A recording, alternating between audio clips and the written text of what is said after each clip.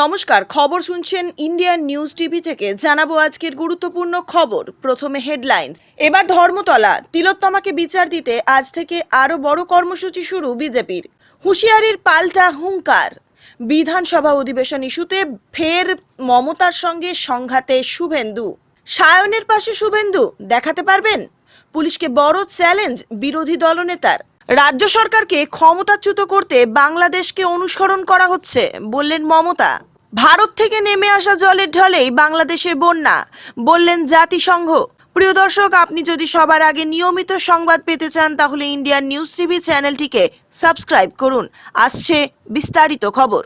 এবার ধর্মতলা তিলোত্তমাকে বিচার দিতে আজ থেকে আরো বড় কর্মসূচি শুরু বিজেপির। বৃহস্পতিবার থেকে শুরু হচ্ছে বিজেপির ধর্ণা কর্মসূচি। তিলোত্তমাকে ন্যায় দিতে ধর্মতলার ডরিনা ক্রসিং এ শুরু হচ্ছে এই ধর্ণা কর্মসূচি। এর আগে শ্যামবাজার 5 দিনের কর্মসূচি ছিল পদ্ম শিবিরের। তারপর আজ থেকে শুরু হলো আরো বড় কর্মসূচির প্রস্তুতি। জানা যাচ্ছে গতকাল রাত থেকেই এই মঞ্চ বাঁধার কাজ শুরু হয়েছিল। অভিযোগ, এই সময় বাধা দেয় পুলিশ। তবে আজ সকাল হতেই ফের ডরিনা ক্রসিং এ চলছে মঞ্চ বাঁধার কাজ। চারিদিকে লাগানো হচ্ছে একাধিক মাইক। বস্তুত গত মঙ্গলবার আরজি কর কাণ্ডের প্রতিবাদে পশ্চিমবঙ্গ ছাত্র সমাজের ব্যানারে পথে নেমেছিলেন হাজার হাজার জনতা। নবান্ন অভিযানের ডাক দিয়েছিল তারা। আর সেই অভিযানকে ঘিরে উত্তপ্ত হয়ে উঠেছিল পরিস্থিতি। বিশেষ করে সাঁতরাগাছি, হাওড়া ময়দান, হাওড়া স্টেশন চত্বরের পরিস্থিতি হয়ে উঠেছিল উত্তপ্ত। পুলিশ থেকে শুরু করে আমজনতা সকলেই এক প্রকার আহত হয় অনেকেই। এই ঘটনার প্রতিবাদে বুধবার আবার 12 ঘন্টার ধর্মঘট ডাকে বিজেপি। তবে রাজ্য সরকারের পক্ষ থেকে বন্ধকে বেআইনি ঘোষণা করা হয়। ফলে সব তৎপর রাখতে ময়দানে কোমর বেঁধে নামে পুলিশ প্রশাসনও। রাজ্য জুড়ে বন্ধের সমর্থনে আটক হন সজল ঘোষ থেকে শুরু করে রাহুল সিনহা, অগ্নিমিত্রা পালরা।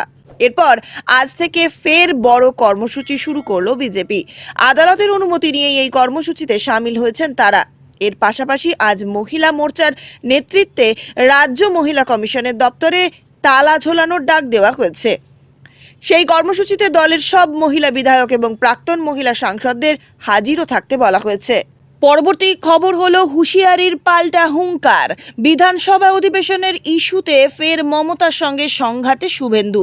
বিধানসভায় বিশেষ অধিবেশন ইস্যুতে মুখ্যমন্ত্রী মমতা বন্দ্যোপাধ্যায়কে আক্রমণ করে বিরোধী দলনেতা শুভেন্দু অধিকারীর প্রশ্ন ছিল, আপনি বিধানসভার অধিবেশন ডাকার কে? বিধানসভার অধিবেশন ডাকবেন স্পিকার নয়তো সচিব। আগামী সপ্তাহে মুখ্যমন্ত্রী মমতা বন্দ্যোপাধ্যায়ের বিধানসভা অধিবেশন ডাকা নিয়ে রীতিমতন হুঙ্কার দিলেন বিরোধী দলনেতা শুভেন্দু অধিকারী। আপনি অপরাজেয় নন।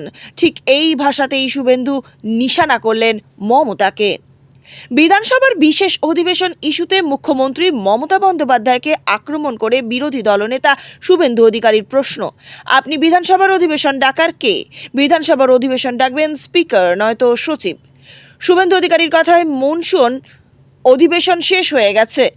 নতুন করে ফের অধিবেশন ডাকতে গেলে রাজ্যপালের কাছে অনুমতি নিতে হবে। স্পিকারের বিরুদ্ধে যে অনাস্থা আমরা এনেছিলাম তা পাঠ করতে দেওয়া হয়নি।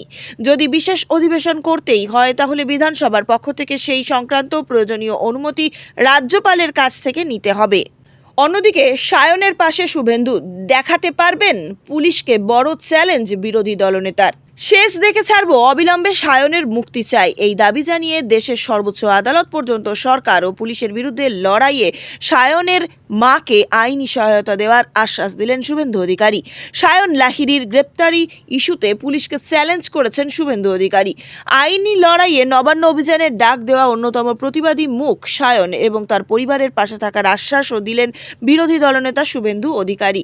সায়ন লাহিড়ীর মা অঞ্জলি লাহিড়ী বিজেপি নেতা শঙ্কুদেব পণ্ডাকে পাশে বসিয়ে সাংবাদিক সম্মেলন করে শুভেন্দু পুলিশের বিরুদ্ধে সুর চড়িয়ে রীতিমতন চ্যালেঞ্জ করে বলেন, কোথাও দেখাতে পারবেন সায়ন ব্যারিকেড উপরে পুলিশকে মেরেছে কিংবা তাণ্ডব চালিয়েছে?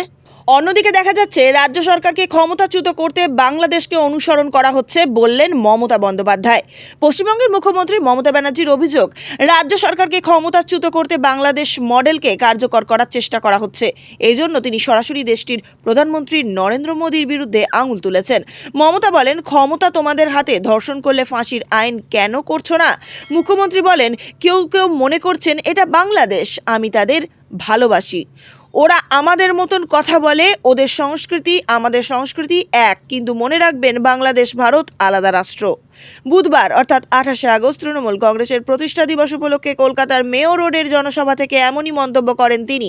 নরেন্দ্র মোদীকে ইঙ্গিত করে তিনি বলেন, মোদীবাবু আপনার পার্টিকে দিয়ে বাংলায় আগুন লাগাচ্ছেন, বাংলায় আগুন লাগালে আপনার চেয়ারও টলমল করে দেব। মনে রাখবেন বাংলায় যদি আগুন লাগান তাহলে আসামও থেমে থাকবে না, নর্থ ইস্টেও থেমে থাকবে না, উত্তরপ্রদেশ, বিহার, উড়িষ্যা, ঝাড়খণ্ড আর দিল্লি থেমে থাকবে না। অন্যদিকে আন্তর্জাতিক খবরে আমরা দেখতে পাচ্ছি ভারত থেকে নেমে আসা জলের ঢলেই বাংলাদেশে বন্যা হয়েছে বললেন জাতিসংঘ। বাংলাদেশে এমন আকস্মিক বন্যা নজর কেড়েছে আন্তর্জাতিক মহলের। বন্যা পরিস্থিতি নিয়ে নিয়মিত সংবাদ প্রকাশ করছে বিশ্ব গণমাধ্যম, যার মাধ্যমে আলোচনায় ছিল ভারতের জল ছাড়া নিয়ে স্বেচ্ছাচারিতার নানান চিত্র। তবে ভারতের একাধিক গণমাধ্যম বাংলাদেশের বন্যায় ভারতের দায়কে নানানভাবে অস্বীকার করতে থাকে। বাংলাদেশে বন্যা পরিস্থিতির জন্য ভারত দায়ী নয় এই মর্মে একের পর এক সংবাদ প্রকাশ করতে থাকে দেশটির বিভিন্ন গণমাধ্যম। কিন্তু এবার বাংলাদেশের বন্যার জন্য সরাসরি ভারতকে দায়ী করল জাতিসংঘ। সম্প্রতি জাতিসংঘ মহাসচিবের মুখপাত্রের কার্যালয়ের নিয়মিত প্রেস ব্রিফিংয়ে উঠে আসে বাংলাদেশের বন্যা পরিস্থিতি। বিষয়টি বিশেষ গুরুত্ব পাওয়ায় প্রশ্নোত্তর পর্বের শুরু আগে থেকেই বাংলাদেশের বন্যা নিয়ে মন্তব্য করা হয়। বিশ্বের বিভিন্ন বিষয়ের সঙ্গে বাংলাদেশের বন্যা পরিস্থিতি নিয়ে একটি সংক্ষিপ্ত বিবৃতি পড়ে শোনানো হয়। বাংলাদেশের বন্যার প্রসঙ্গে জাতিসংঘ মহাসচিবের মুখপাত্র স্টিফেন ডুজারিক বলে, ভারী বৃষ্টি ও ভারত থেকে আসা উজানের ঢলে বাংলাদেশে আকস্মিকভাবে বন্যা সৃষ্টি হয়েছে। জাতিসংঘের দল দুর্গত এলাকায় আছে, তারা দুর্গত মানুষের মধ্যে জল বিশুদ্ধকরণ, ট্যাবলেট, স্বাস্থ্যবিধি বজায় রাখার কিট ও খাবার বিতরণ করছে। জাতিসংঘের এমন বিবৃতির পর গলার স্বর কিছুটা নামিয়েছে ভারত সরকার। দেশটির পররাষ্ট্র মন্ত্রণালয় বলেছে, ফারাক্কা ব্যারেজের গেট খুলে দেওয়া নিয়ে ভুল বোঝাবুঝি সৃষ্টি হয়েছে। পররাষ্ট্র মন্ত্রণালয়ের মুখপাত্র রণধীর জয়সওয়াল এক বিবৃতিতে বলেন, আমরা ফারাক্কা বাঁধের গেট খোলার বিষয়ে গণমাধ্যমে প্রতিবেদন দেখেছি। এতে বলা হয়েছে নদীর স্বাভাবিক গতিপথে 11 লাখ কিউসেক পানি প্রবাহিত হবে। বিভিন্ন ছবি ভিডিও প্রচার করে বাড়তি ভয় দেখানো হচ্ছে। আসলে এটি স্বাভাবিক মৌসুমি প্রক্রিয়া। উজানে গঙ্গা নদীর অববাহিকায় ভারী বৃষ্টিপাতের ফলে জলপ্রবাহ বেড়ে যায়। পররাষ্ট্র মন্ত্রণালয়ের এই মুখপাত্র বলেন, প্রোটোকল অনুযায়ী নিয়মিত ও সময় মতন ফারাক্কা ব্যারেজের ডেটা বাংলাদেশের সংশ্লিষ্ট যৌথ নদী কমিশনের কর্মকর্তাদের প্রদান করা হয়। এবারও তা করা হয়েছে। সাম্প্রতিক প্রবল বন্যায় ফেনী, কুমিল্লা, চট্টগ্রাম, খাগড়াছড়ি, নোয়াখালী, সিলেট সহ দেশের মোট 11টি জেলা আক্রান্ত হয়েছে।